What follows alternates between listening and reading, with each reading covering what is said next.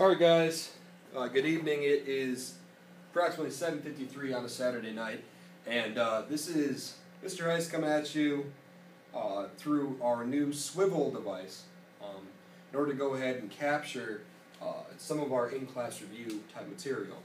The first take that we did, while it did pick up my audio, like my voice, it would drop out from time to time. So for your benefit, I'm redoing this so that you can have this video for your review regarding the Mystery of Mars.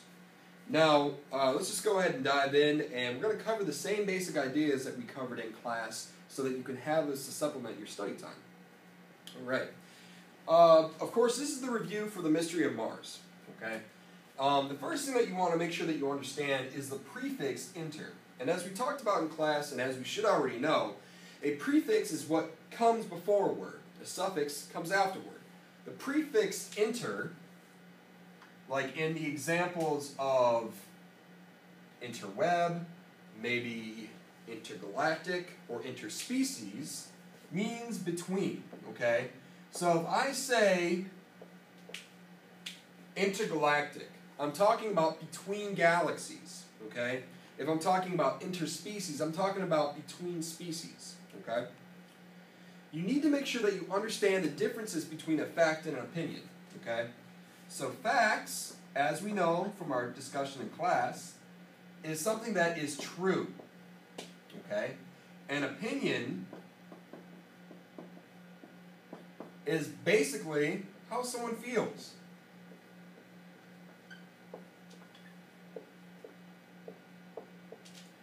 So we take a look. An opinion about this table.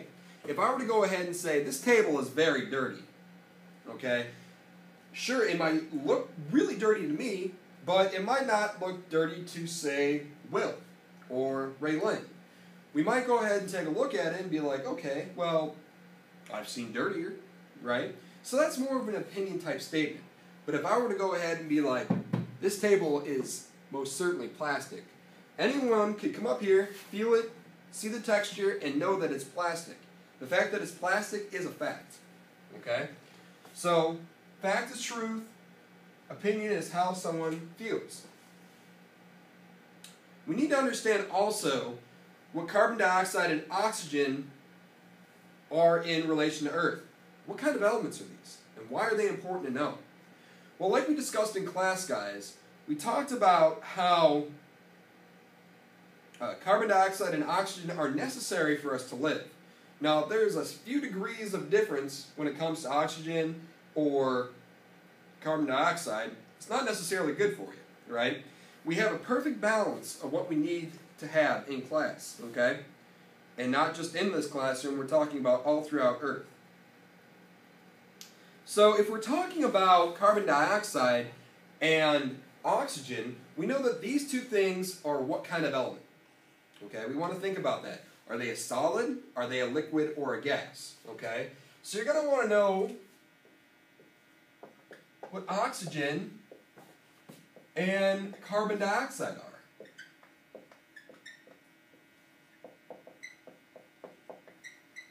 Keep this in mind as you're studying too, guys, that since it is not something that we can necessarily feel, it's not something that we can necessarily see, there's a good chance that it might be an element like gas, right? Some gases you can see, or some gases you can feel. It depends on the type of gas. But in this case, as I'm breathing in oxygen and exhaling carbon dioxide, you can't see it, okay? Maybe on a colder day, but that all has to do with the moisture in the air. We really want to focus on the fact that oxygen and carbon dioxide are gases. You also need to make sure that you're comparing and contrasting the differences between Earth and Mars, okay? You want to know how they are alike and different, okay? So remember, in class we talked about if we were comparing, we were seeing how they are alike, okay? To contrast means, of course, to see how they're different. You need to know how these things work together, okay? Also, guys, you're going to want to make sure that you understand what the idea of organic molecules are, okay? We talked about in class the difference between like an organic carrot and maybe an inorganic carrot. Inorganic in the sense that maybe it was sprayed down with pesticides, maybe it was encouraged to grow with chemicals. We talked about how that might not necessarily be good for you. But if it is organic, it might be a little bit healthier, right? So we talked about why it is important to understand why there are no organic molecules on Mars. And the important idea regarding that is that mostly there's chemicals in the soil of Mars, right? The chemicals in the soil prevent anything from going. Remember, we talked about the atmosphere, right? We talked about how, for instance, in this globe, the atmosphere is what surrounds it, what is protecting us from UV rays, which are bad for us. It comes from the sun. The better the atmosphere, the better off we are. Mars doesn't have an atmosphere, right? Or at least not much of one. In that case, there are a lot of chemicals that prevent the organic growth of different things on the surface. Okay, so you want to know a thing or two about organic molecules. Okay, and I'm not sure if you can see it or not on the board, but keep in mind also that you have this on your review sheet. Okay. Okay. You're also going to need to know what independent and dependent clauses are. Okay. So, independent, if you keep in mind that this was on the back of your selection vocabulary, the independent clauses are something that can completely stand on their own, right? So, if I were to go ahead and say,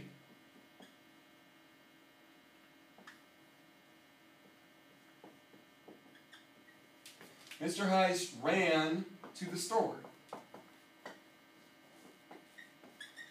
Okay? Mr. Heist ran to the store. Easy enough. That is a completely independent clause because it can stand on its own. It's got a subject and a verb, and it makes complete sense. So this in itself would be an independent clause. A dependent clause relies on something else to make sense. So if I were to go ahead and say, to buy eggs,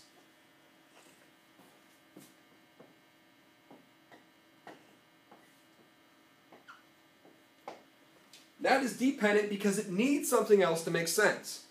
It depends on another statement to make complete sense. Sure, it's got the word buy in it. The word buy is a verb. However, if we were to go ahead and label this, we know that the word to is a preposition and eggs is an object of a preposition. While an object of a preposition is a noun, it isn't my subject, right? Eggs isn't what I'm talking about. I'm buying them, sure, but I have nothing else that's adding on to that for it to make complete sense, okay?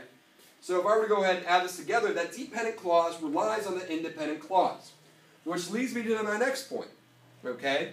This independent clause, as most clauses are, is a simple sentence, okay? Mr. Ice ran to the store. Easy enough. Very simple, okay? So that's something that you need to know as well. That a simple sentence is there to go ahead and just make a very plain statement. However, if I were to go ahead and join these together with a conjunction like and in some way, if I were to go ahead and change this up a bit, then I would know that this is a compound sentence. Because a compound sentence is joined with the word and, okay? So if I were to go ahead and change this to Mr. Heist ran to the store and bought eggs, then you know that that is what I'm doing. Plus, those two clauses are joined together. Also, you know, if I were to go ahead and change this from Mr. Heist ran to the store to buy eggs, milk, bread, you would know that that is now becoming a complex sentence. It's no longer just a basic idea, it is more complicated than that. So it's complex. That is something that you need to know too. The difference between simple, compound, and complex. Okay. So we talked also about the importance of the atmosphere on Earth. We talked in class how if you don't have the atmosphere, then like Mars, it's very unlikely that organic things can survive. The atmosphere in our case protects Earth from the UV rays associated with the sun. If you have the sun's rays coming down and the intensity of those are affecting the people on Earth, they're not going to do too well. There's different diseases associated with a lot of UV rays coming through the atmosphere.